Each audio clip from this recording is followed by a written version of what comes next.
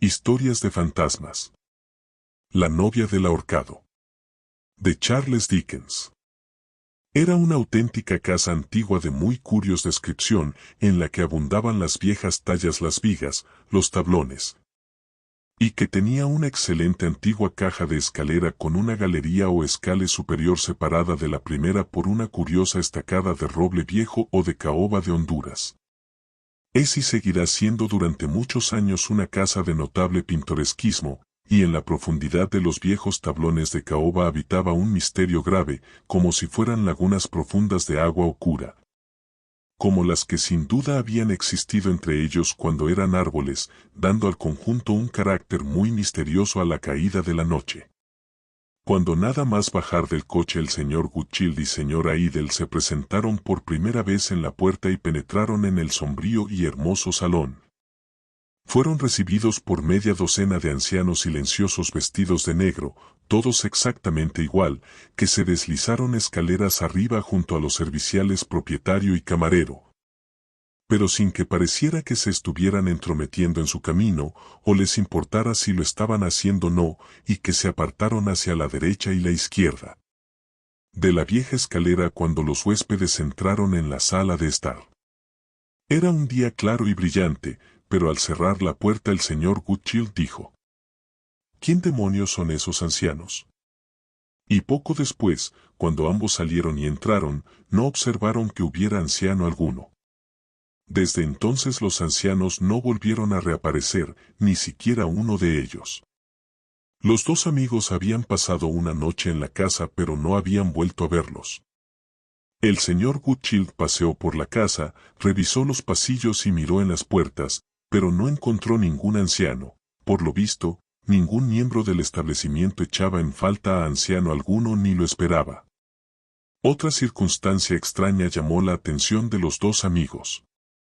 Era que la puerta de la sala de estar no se quedaba quieta un cuarto de hora entero.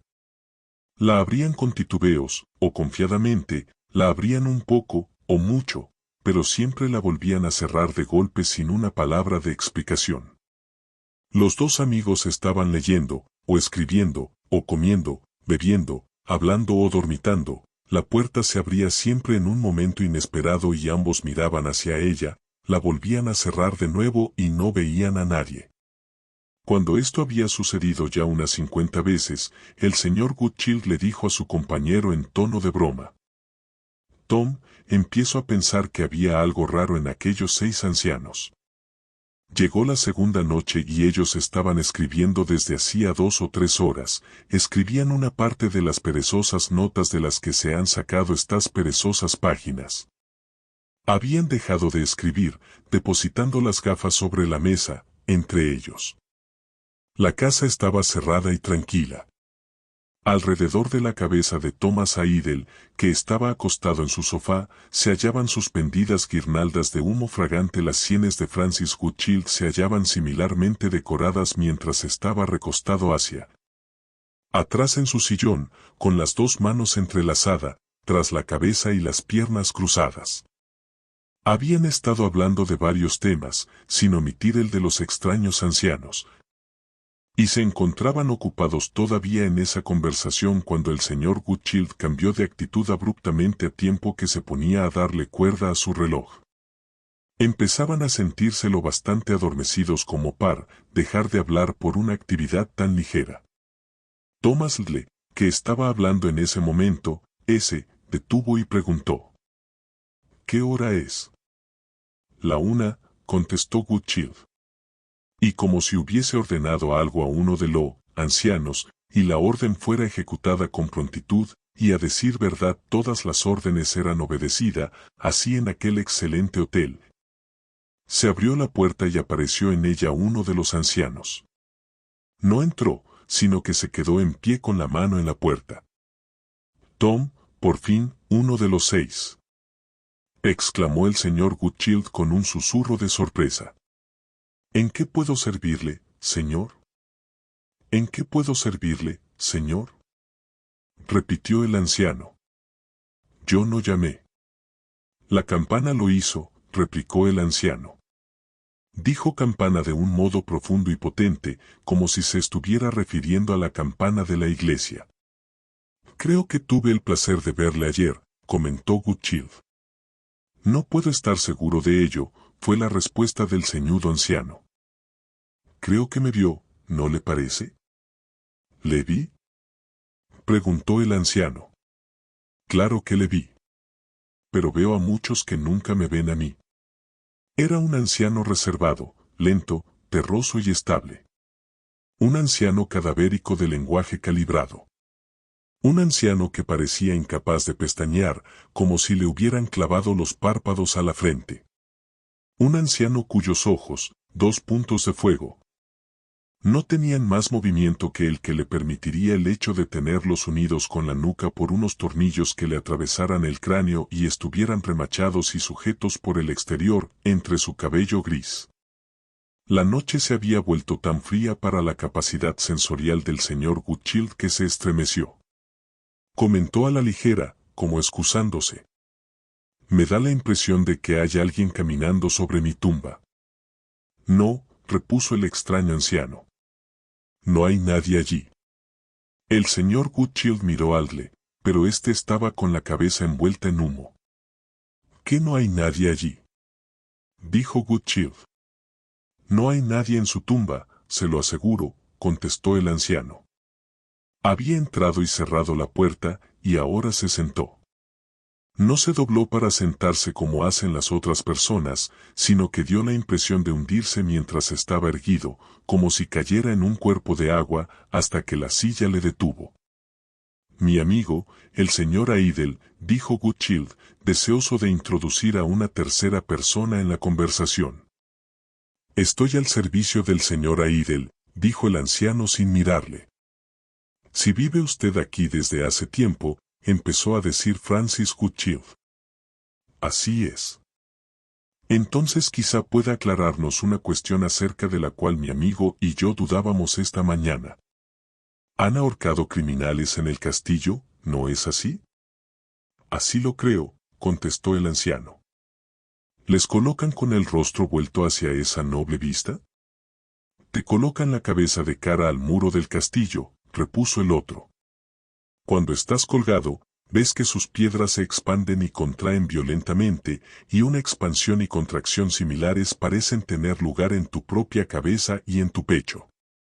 Luego se produce una acometida de fuego y un terremoto, y el castillo salta por el aire y tú caes por un precipicio. Daba la impresión de que le molestaba la corbata. Se llevó la mano a la garganta y movió el cuello de un lado a otro. Era un anciano cuya cara estaba como hinchada, y la nariz vuelta e inmóvil hacia un lado, como si tuviera un pequeño gancho insertado en esa ventanilla. El señor Gutchild se sentía muy incómodo y empezó a pensar que la noche era calurosa, en lugar de fría. Una potente descripción, señor, comentó. Una sensación potente, le corrigió el anciano. El señor Gutchild volvió a mirar al señor Thomas Aidel, pero Thomas estaba boca arriba con el rostro atento y vuelto hacia el anciano, sin hacer señal alguna de reconocimiento. En ese momento le pareció al señor Gutchild que unos hilos de fuego salían de los ojos del anciano en dirección a los suyos, y que se quedaban allí. El señor Gutchild, al escribir el presente relato de su experiencia, afirma con la mayor solemnidad que tenía la poderosa sensación de que desde ese momento le obligaban a mirar al anciano a través de esos 2 hilos de fuego. Debo decírselo, afirmó el anciano con una mirada pétrea y fantasmal. ¿Qué? Preguntó Francis Gutchild. Usted sabe dónde sucedió. Ahí. El señor Gutchild no pudo saber en ese momento, ni nunca lo sabrá, si el anciano señalaba a la habitación de arriba, o a la de abajo, o a cualquier habitación de la antigua casa, o una habitación de alguna otra casa antigua de esa vieja ciudad. Se sintió confundido por la circunstancia de que el índice de la mano derecha del anciano parecía introducirse en uno de los hilos de fuego, encenderse el propio dedo y hacer una embestida de fuego en el aire, como si señalara hacia algún lugar. Y tras señalar, deshizo el gesto. Usted sabe que ella era una novia, dijo el anciano. Sé que todavía envían tarta nupcial, comentó el señor Goodchild titubeando. Esta atmósfera me resulta oprimente. Ella era una novia, había dicho el anciano. Era una joven hermosa, de cabellos blondos y ojos grandes que no tenía carácter ni propósito. Una nada débil, crédula, incapaz e indefensa. No como su madre. No, no. Lo que reflejaba era el carácter del padre. La madre se había preocupado de asegurárselo todo para ella, para su propia vida, cuando el padre de esta joven, una niña en aquel momento, murió, de un desvalimiento total, no de otra enfermedad. Y entonces él renovó la amistad que en otro tiempo había tenido con la madre. Por dinero había dejado el campo libre al hombre de cabellos blondos y ojos grandes, o la no entidad. Pudo tolerar eso por dinero. Y quería una compensación en dinero. Por ello regresó al lado de aquella mujer, la madre, volvió a enamorarla, bailó a su alrededor y se sometió a sus caprichos. Ella descargó sobre él todo capricho que tuviera o pudiera inventar. Y él lo soportaba. Y cuanto más lo soportaba, más quería una compensación en dinero, y más decidido estaba a obtenerlo. Pero ay. Antes de que la obtuviera, ella le engañó. En uno de sus estados imperiosos, se quedó congelada y no volvió a descongelarse. Una noche se llevó las manos a la cabeza, lanzó un grito, se quedó rígida, permaneció en esa actitud varias horas y murió. Y él no había obtenido, todavía, una compensación en dinero. Que el infierno se la llevase. Ni un solo penique. La había odiado durante toda esa segunda relación y había ansiado vengarse de ella. Falsificó entonces la firma de ella en un documento en el que dejaba todo lo que tenía a su hija, de 10 años entonces, a quien traspasaba absolutamente todas sus propiedades. Y se designaba a sí mismo como el tutor de la hija. Cuando deslizó el documento bajo la almohada de la cama en la que yacía ella, se inclinó sobre un oído sordo de la muerta y susurró. Orgullosa amante, hace tiempo que había decidido que, viva o muerta, me compensarías con dinero. Y así solo quedaban ya dos. Él y la hermosa y estúpida hija de cabellos blondos y ojos grandes, que después se convertiría en la novia. Él la sometió a disciplina. En una casa retirada, oscura y oprimente, la sometió a disciplina con una mujer vigilante y poco escrupulosa. Mi digna dama, le dijo, tiene ante usted una mente que ha de ser formada, ¿me ayudará a formarla? Aceptó el encargo. Pues también quería compensación en dinero, y la había obtenido. La joven fue formada para que tuviera miedo de él, y en la convicción de que no podría escaparse. Desde el principio se le enseñó a considerarlo como a su futuro esposo, al hombre que debía casarse con ella, el destino que la ensombrecía, la certidumbre resignada de que nunca podría escapar. La pobre tonta era como cera blanca y blanda en las manos de ellos, y adoptó la forma con la que la modelaron. Se endureció con el tiempo. Se convirtió en parte de sí misma. Inseparable de sí misma hasta el punto de que esa forma solo se separaría de ella si le quitara la vida. Durante 11 años había habitado en la casa Carita sorprendida cura y su tenebroso jardín. Él tenía celos incluso de la luz y el aire que llegaban hasta ella, y procuraba mantenerla apartada. Cegó las amplias chimenea, ocultó las pequeñas ventanas, dejó que una hiedra de fuertes tallos se esparciera a su capricho por la fachada de la casa. Que el musgo se acumulara en los frutales sin podar que había en el jardín de muros rojos, que la hierba creciera sobre sus senderos verdes y amarillos. La rodeó de imágenes de pena y desolación. Procuró que estuviera llena de miedo hacia el lugar y las historias que sobre él le contaban, luego, con el pretexto de corregirla. La dejaba sola, se la obligaba a que se encogiera en la oscuridad cuando la mente de la joven se encontraba más deprimida y llena de terrores, entonces salía él de uno de los lugares en los que se ocultaba para vigilarla. Se presentaba como su único recurso. Así, siendo desde su niñez la única encarnación que se presentaba ante su vida con el poder de obligar y el poder de aliviar, el poder de atar y el poder de soltar, quedaba asegurada la ascendencia sobre la debilidad de la joven. Tenía ella 21 años y 21 días cuando él llevó a la tenebrosa casa a su boba, asustada y sumisa novia de 3 semanas. Para entonces había despedido ya a la institutriz, lo que le faltaba por hacer lo haría mejor solo, y una noche lluviosa llegaron al escenario de su prolongada preparación. Ella se volvió hacia él en el umbral con la lluvia goteando desde el porche y dijo: «Ay, señor, ahí está el reloj de la muerte sonando para mí». «Muy bien. ¿Y qué si así fuera?», respondió él. «Ay, señor. Tráteme amablemente y tenga piedad de mí. Le suplico que me perdone. Si me perdona haré cualquier cosa que usted quiera». Eso se había convertido en la cantinela constante de la pobre tonta: «Le suplico que me perdone. Perdóneme». No merecía ni que la odiara, solo sentía desprecio por ella. Pero ella había estado mucho tiempo en su camino, y hacía también tiempo que él ya se había cansado. El trabajo estaba cerca del final y tenía que realizarlo. «Estúpida, sube las escaleras», exclamó él. Ella obedeció inmediatamente, murmurando: «Haré todo lo que usted desee». Cuando entró en el dormitorio de la novia, habiéndose retrasado un poco por las fuertes cerraduras que tenía la puerta principal, pues estaban solos en la casa. Ya que había dispuesto que el personal de servicio tuviera libre el día, la encontró acobardada en la esquina más lejana, y allí de pie se apretaba contra las tablas de la pared como si quisiera meterse entre ellas. Tenía su cabello blondo alborotado sobre el rostro, y sus ojos grandes le miraban con un terror vago. «¿De qué tienes miedo? Ven y siéntate a mi lado. Haré todo lo que quiera. Le suplico que me perdone, señor». «Perdóneme», le dijo con su monótona cantinela, tal como acostumbraba. «Helen, mañana tendrás que escribir esto, de propio puño y letra. También procurarás que otros te vean atareada en hacerlo.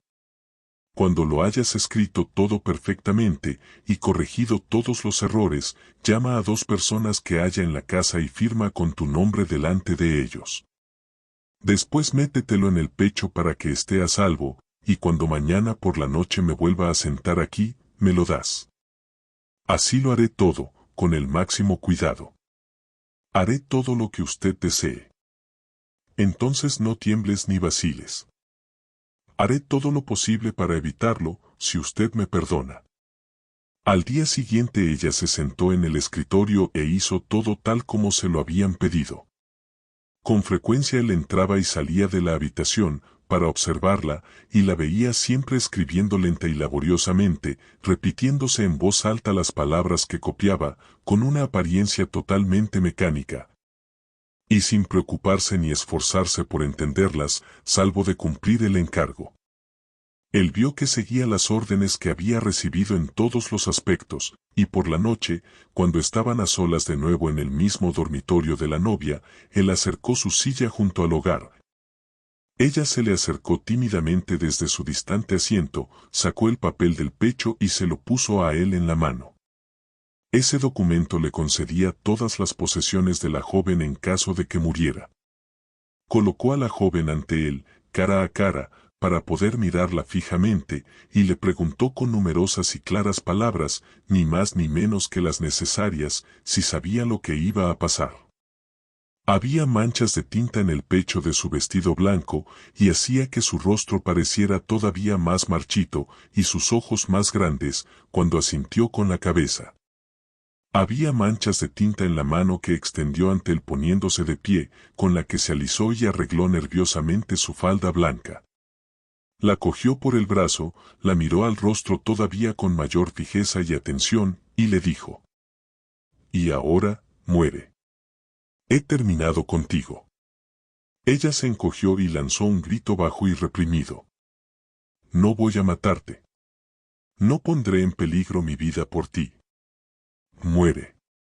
Y a partir de ese momento, un día tras otro, una noche tras otra se sentó delante de ella, en su tenebroso dormitorio, pronunciando la palabra o transmitiéndosela con la mirada. Siempre que levantaba sus ojos grandes y carentes de significado desde las manos en las que enterraba la cabeza hasta la figura rígida que estaba sentada en la silla con los brazos cruzados y la frente enarcada. Leía en los ojos del hombre, muere. Cuando caía dormida, agotada, recuperaba estremecida la conciencia oyendo en susurros, muere. Cuando caía en su viejo ruego de ser perdonada, la respuesta era aún, muere. Después de haber pasado despierta y sufriendo la larga noche, cuando el sol naciente llameaba en la habitación sombría, oía como saludo. Un día más y no te has muerto, muere. Encerrada en la desértica mansión, apartada de toda la humanidad y entregada a esa lucha sin respiro alguno, llegó a esta conclusión, que ella, o él, tenían que morir. Él lo sabía muy bien, y por ello concentró su fuerza contra la debilidad de la mujer. Una hora tras otra la sujetaba por un brazo hasta que éste se ponía negro, y le ordenaba que muriera y sucedió, una mañana ventosa. Antes del amanecer. Él calculó que debían ser las 4:30 pero no podía estar seguro porque se había olvidado de darle cuerda al reloj y se había parado. Ella se había apartado de él durante la noche con gritos repentinos y fuertes, los primeros que había expresado así. Y él tuvo que taparle la boca con las manos. Desde ese momento ella se había quedado quieta en la esquina entablada en la que se había dejado caer, él la había dejado y había vuelto a su silla, sentándose con los brazos cruzados y la frente ceñuda. Más pálida bajo la pálida luz, más incolora que, nunca en el amanecer plomizo, la vio acercarse arrastrándose por el suelo hacia él, una ruina pálida deformada por los cabellos, el vestido y los ojos salvajes. Impulsándose hacia adelante con una maní doblada e irresuelta. Ay, perdóneme. Haré cualquier cosa, ay, señor, le ruego que me diga que puedo vivir. Muere. ¿Tan decidido está, no hay esperanza para mí? Muere. Ella tensó sus grandes ojos por la sorpresa y el miedo. La sorpresa y el miedo se transformaron en reproche, y el reproche en una nada vacía. Estaba hecho. Al principio él no se sintió muy seguro, salvo de que el sol de la mañana estaba colgando joyas en los cabellos de la joven. Vio el diamante, la esmeralda y el rubí brillando en pequeños puntos mientras la miraba, hasta que la levantó y la dejó sobre la cama. Fue enterrada enseguida, y ahora todos se habían ido y él había tenido su compensación. Tenía pensado viajar. Eso no significaba que quisiera malgastar su dinero, pues era un hombre ahorrativo y amaba terriblemente el dinero, en realidad, más que cualquier otra cosa. Pero se había cansado de la casa desolada y deseaba volverle la espalda y olvidarla. Sin embargo, la casa valía dinero, y el dinero no debía tirarse. Decidió venderla antes de partir. Para que no pareciera tan en ruinas y obtener así un precio mejor, contrató a algunos trabajadores para que asearan el jardín, cubierto de malas hierbas, para que cortaran el tronco muerto, podaran la hiedra que caía en enormes masas sobre las ventanas y el frente de la casa, y para que limpiaran los caminos en los que la hierba llegaba hasta la mitad de la pierna. Él mismo trabajó con ellos. Trabajó más tiempo que ellos, y una tarde, al oscurecer, se quedó trabajando a solas con el hocico en la mano. Era una tarde de otoño y la novia llevaba ya 5 semanas muerta. Está oscureciendo demasiado para seguir trabajando, se dijo a sí mismo. Terminaré por hoy. Detestaba la casa y le horrorizaba entrar en ella. Contempló el porche oscuro, que le aguardaba como si fuera una tumba y comprendió que era una casa maldita.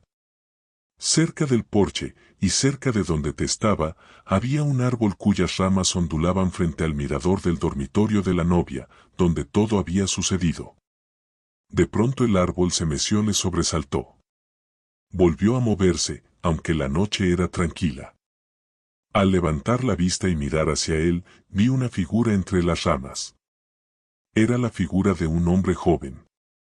Miraba hacia abajo, mientras se levantaba la vista, las ramas crujieron y se movieron, La figura descendió rápidamente y se deslizó hasta hallarse frente a él. Era un joven esbelto, aproximadamente de la edad de la novia, de largos cabellos de color castaño claro. ¿Qué tipo de ladrón eres tú?, le preguntó cogiendo al joven por el cuello. El joven, al moverse para quedar libre, le lanzó un golpe con el brazo que le dio en la cara y la garganta. Se enzarzaron, pero el joven se liberó de él, retrocedió gritando con gran ansiedad y horror. No me toques, antes preferiría que me toque el diablo. Se quedó quieto, con el hocico en la mano, mirando al joven. Pues la mirada del joven era como complemento de la última mirada de la novia, y N había esperado volver a verla de nuevo. No soy un ladrón. Pero aunque lo fuera, no cogería una sola moneda de tu tesoro, aunque con ella pudiera comprarme las Indias, asesino. ¿Cómo? Hace ya casi 4 años que me subí ahí por primera vez, dijo el joven señalando hacia el árbol. Me subí ahí para verla. La vi. Hablé con ella. Y me he subido al árbol muchas veces para verla y escucharla. Yo era un muchacho, escondido entre las ramas, cuando desde ese mirador me dio esto. Le enseñó una trenza de cabello blondo atada con una cinta de luto. Su vida fue una vida de lamentaciones, siguió diciendo el joven. Me dio esto como prenda y señal de que estaba muerta para todo salvo para ti. De haber tenido más edad, o de haberla visto antes, la habría salvado de ti, pero ya estaba atrapada en la tela de araña la primera vez que me subí al árbol, y no podía hacer ya nada para liberarla. Al decir estas palabras tuvo un ataque de sollozos y llantos, débilmente al principio, y luego más apasionados. Asesino. Estaba subido al árbol la noche en que la trajiste de nuevo aquí. Aquí, en el árbol, la oí hablar de la muerte que vigilaba en la puerta. Por 3 veces estuve en el árbol mientras te encerrabas con ella, matándola lentamente. Desde el árbol la vi yacer muerta sobre la cama. Desde el árbol te he vigilado buscando pruebas y rastros de tu culpa. Como lo hiciste sigue siendo un misterio para mí, pero te perseguiré hasta que entregues tu vida al verdugo. Hasta ese momento no te librarás de mí, la amaba. No puedo conocer la piedad hacia ti. Asesino, la amaba. El joven, que había perdido el sombrero alba del árbol, tenía la cabeza pelada. Se dirigió hacia puerta. Para llegar hasta ella tenía que pasar junto a Asesino. Cabían, entre uno y otro, 2 carruajes los antiguos, y el horror del joven, que se expresa abiertamente en todos los rasgos de su rostro y todos los miembros de su cuerpo, siéndole muy difícil soportar. Le hacía mantenerse a distancia. Él, me refiero al otro, no había movido ni mano ni pie desde que se quedó quieto para mirar al muchacho. Ahí giró para seguirle con la mirada. Cuando vio la M de color castaño claro ante él, vio también una curva rojiza que iba desde su mano hasta la cabeza del muchacho. Y vio también desde el principio donde había caído, y digo había caído y no caería, pues percibió claramente que todo había sucedido antes de que él lo hiciera. Le abrió la cabeza y se quedó allí, y el muchacho cayó boca arriba.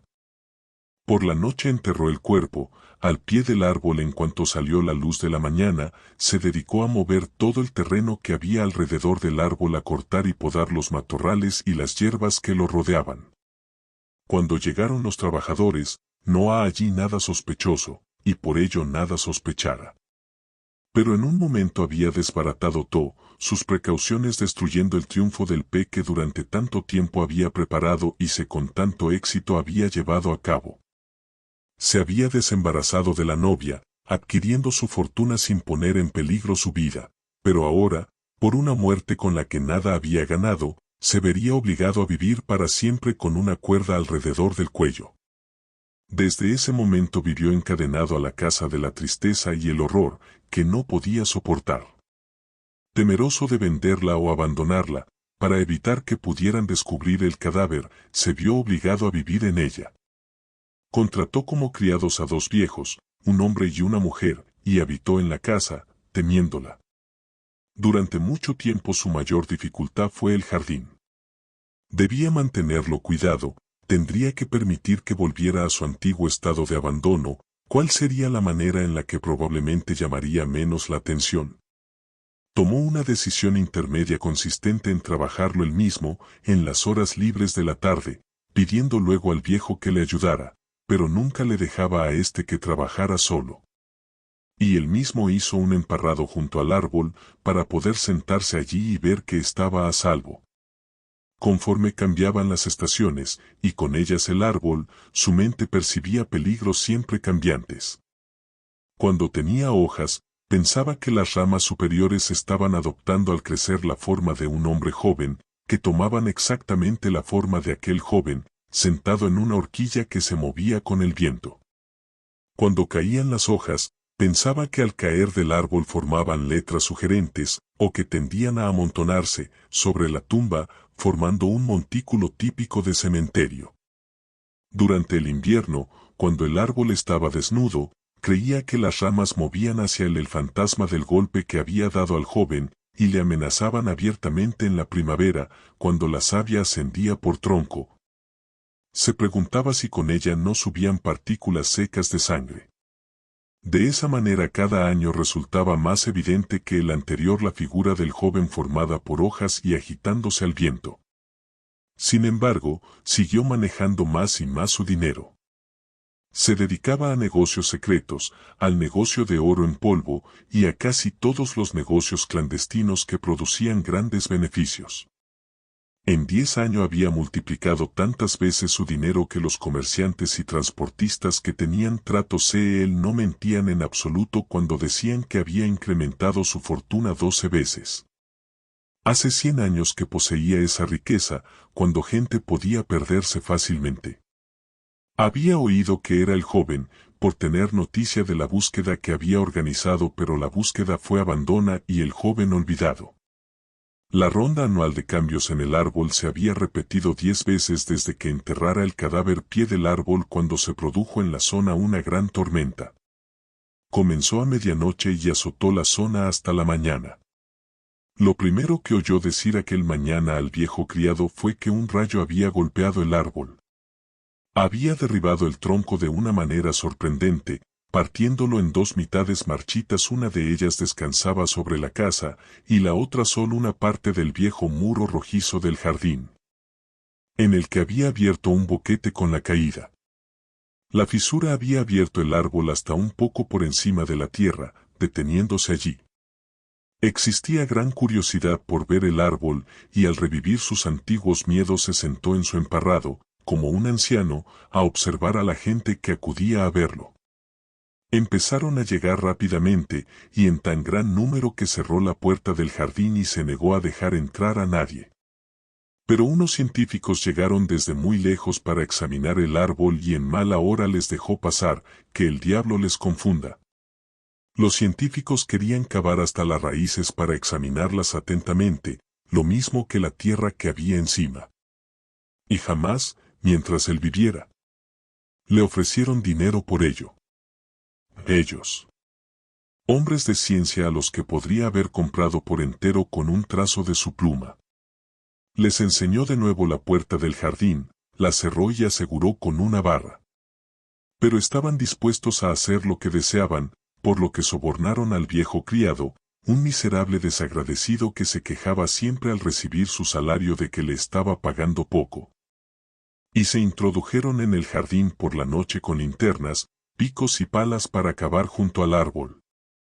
Él estaba acostado en la habitación de la torreta, al otro lado de la casa, pues no se había vuelto a ocupar el dormitorio de la novia, pero soñó enseguida con picos y palas y se levantó.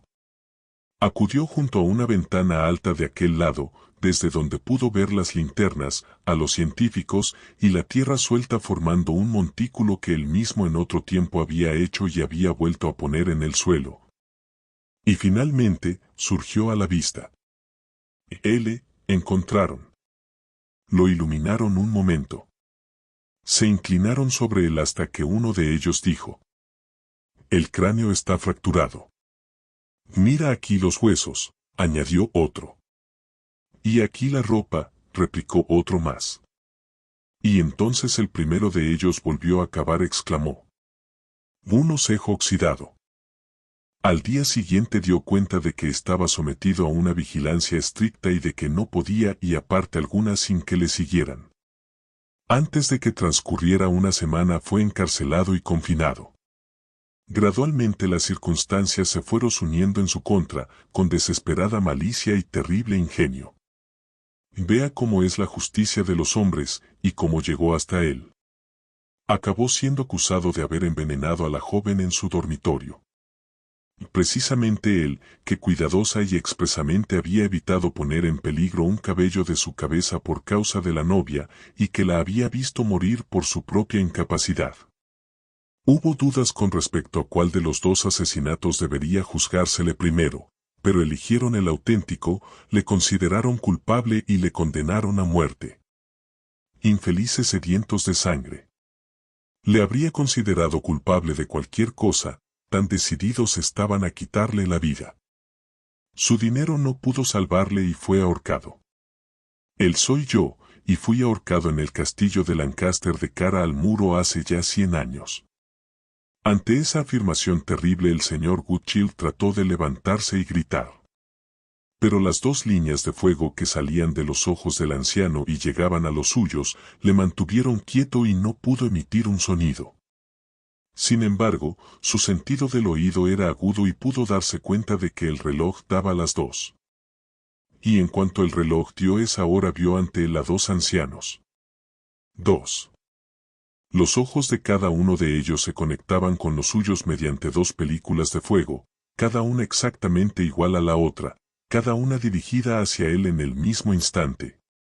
Cada una rechinando los mismos dientes en la misma cabeza, con la misma nariz torcida por encima, y la misma expresión difusa a su alrededor.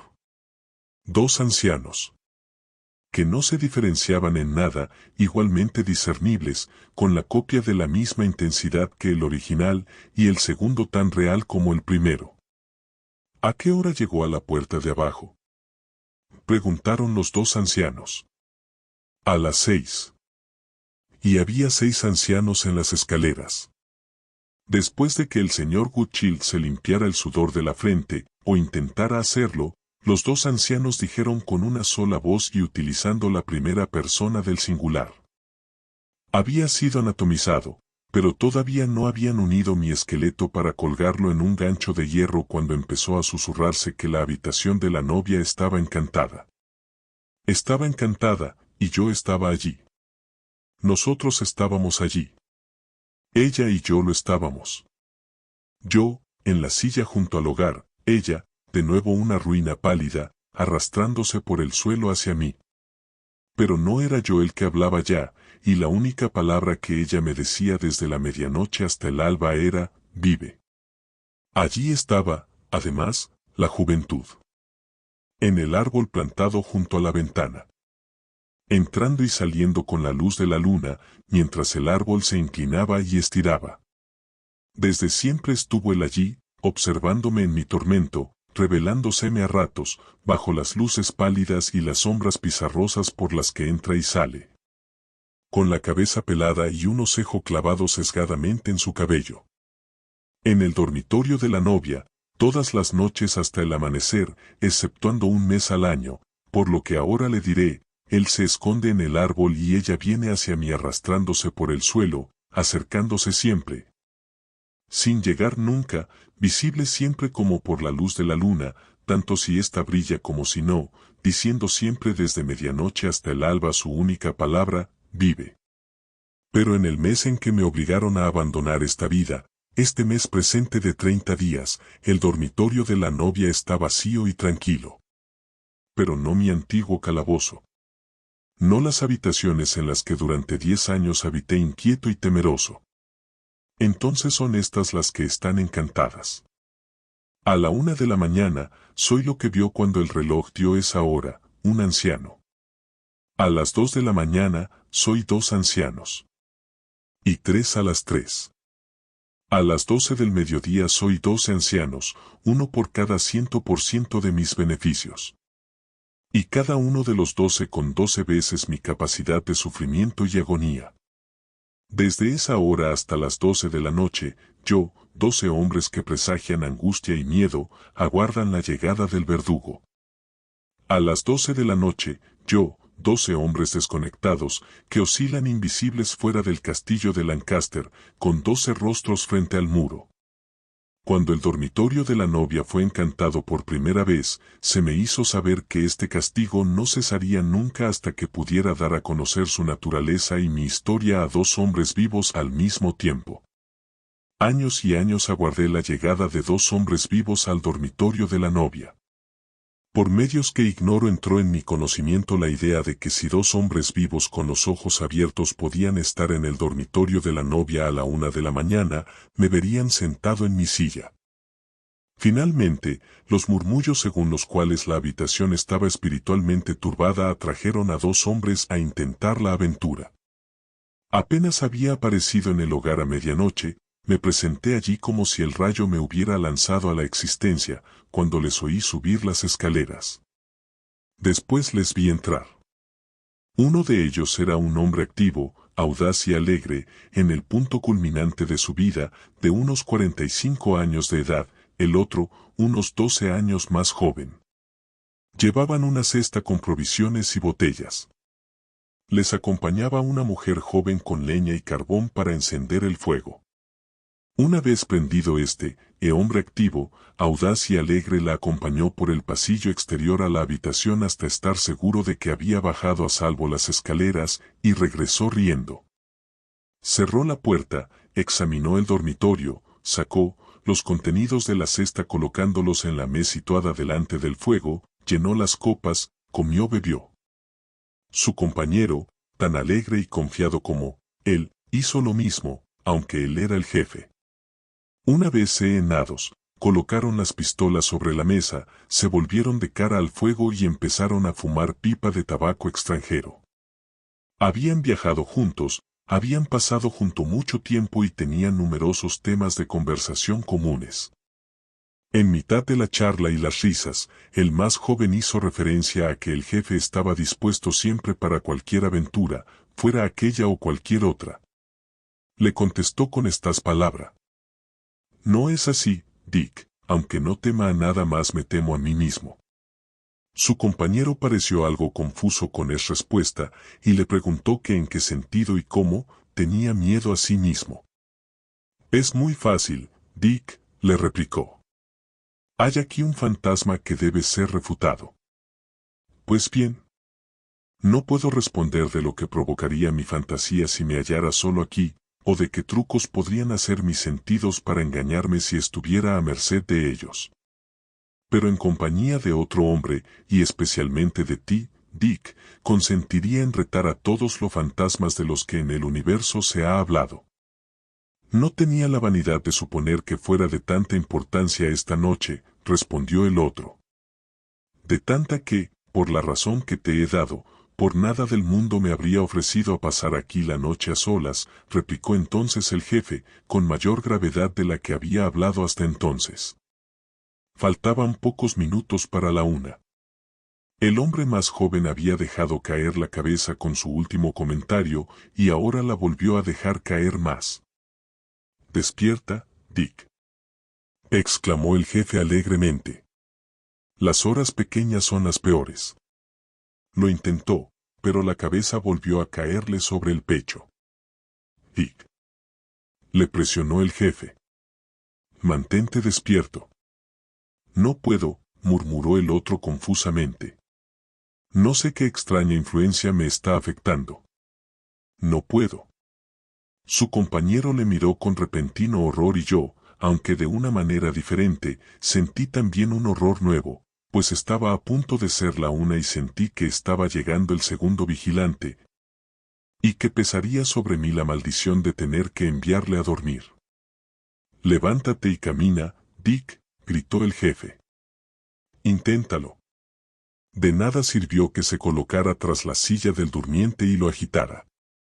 Sonó la 1 y yo me presenté ante el hombre de más edad, y él permaneció fijo ante mí. Me vi obligado a relatarle la historia a él solo, sin esperanza de beneficio. Solo para él fui un terrible fantasma que hacía una confesión totalmente inútil. Comprendí que siempre sería igual. Que dos hombres vivos juntos no llegarían nunca a liberarme. Cuando aparezco, los sentidos de uno de los dos quedan trabados por el sueño, él nunca me verá ni me escuchará. Siempre me comunicaré con un oyente solitario y nunca servirá de nada. Hay dolor, dolor, dolor. Mientras los dos ancianos se frotaban las manos, con esas palabras, surgió en la mente del señor Gutchild la idea de que se hallaba en la situación terrible de estar prácticamente a solas con el espectro. Y que la inmovilidad del señor Aidel se explicaba porque el encantamiento le había hecho quedarse dormido a la una. En el terror indescriptible que le produjo este descubrimiento repentino, se esforzó a máximo para liberarse de los 4 hilos de fuego, que acabaron por partirse dejando un camino abierto. Como ya no estaba atado, cogió del sofá al señor Aidel y bajó precipitadamente las escaleras con él. ¿Qué sucede, Francis?, preguntó el señor Aidel. Mi dormitorio no está aquí abajo. ¿Por qué diantres me estás transportando? Ahora puedo andar con un bastón. No quiero que me transporten. Déjame en el suelo. El señor Gutchild lo dejó en el suelo del viejo salón y le miró con ojos enloquecidos. ¿Qué estás haciendo? ¿Lanzándote como un idiota sobre alguien de tu propio sexo para rescatarle o perecer en el intento? Preguntó el señor Aidel con un tono bastante petulante. El anciano, clamó el señor Gutchild aturdido. ¿Y los dos ancianos? La única anciana a la que pienso que te refieres, empezó a responder desdeñosamente el señor Le, al tiempo que a tientas se abría camino por la escalera con la ayuda de su ancha balaustrada. Te aseguro, Tom, empezó a decirle el señor Gutchild ayudándole a su lado, que desde que te quedaste dormido. Esa sí que es buena, exclamó Thomas Le. Si ni he cerrado un ojo. Con la peculiar sensibilidad sobre el tema de la infeliz acción de quedarse dormido fuera de la cama, destino de toda la humanidad, el señor Le persistió en esa declaración. La misma sensibilidad peculiar impulsó al señor Gutchild, al ser acusado del mismo crimen, a repudiarlo con honorable resentimiento. Así por el momento resultaba complicada la cuestión del anciano y de los dos ancianos, y poco después se volvería imposible. El señor le dijo que todo era un lío formado por fragmentos reordenados de las cosas que había visto y pensando durante el día. El señor Gutchild respondió que cómo iba a ser así si no se había dormido. El señor le añadió que él era el que no se había dormido, y que nunca se dormiría, mientras que el señor Gutchild, por regla general, estaba dormido siempre. En consecuencia, se separaron para el resto de la noche en la puerta de sus respectivos dormitorios, un poco enfadados. Las últimas palabras del señor Gutchild fueron que en esa real y tangible antigua sala de estar de la real y tangible posada, y suponía que el señor Le no negaría la existencia de esta. Había tenido todas aquellas sensaciones y experiencias que estaban ahora a 1 o 2 líneas de completarse, y que él lo escribiría todo e imprimiría todas las palabras. El señor le replicó que lo hiciera si ese era su deseo, y lo era, y ahora está ya escrito. Fin. Si te gustó este cuento, dale un like y suscríbete.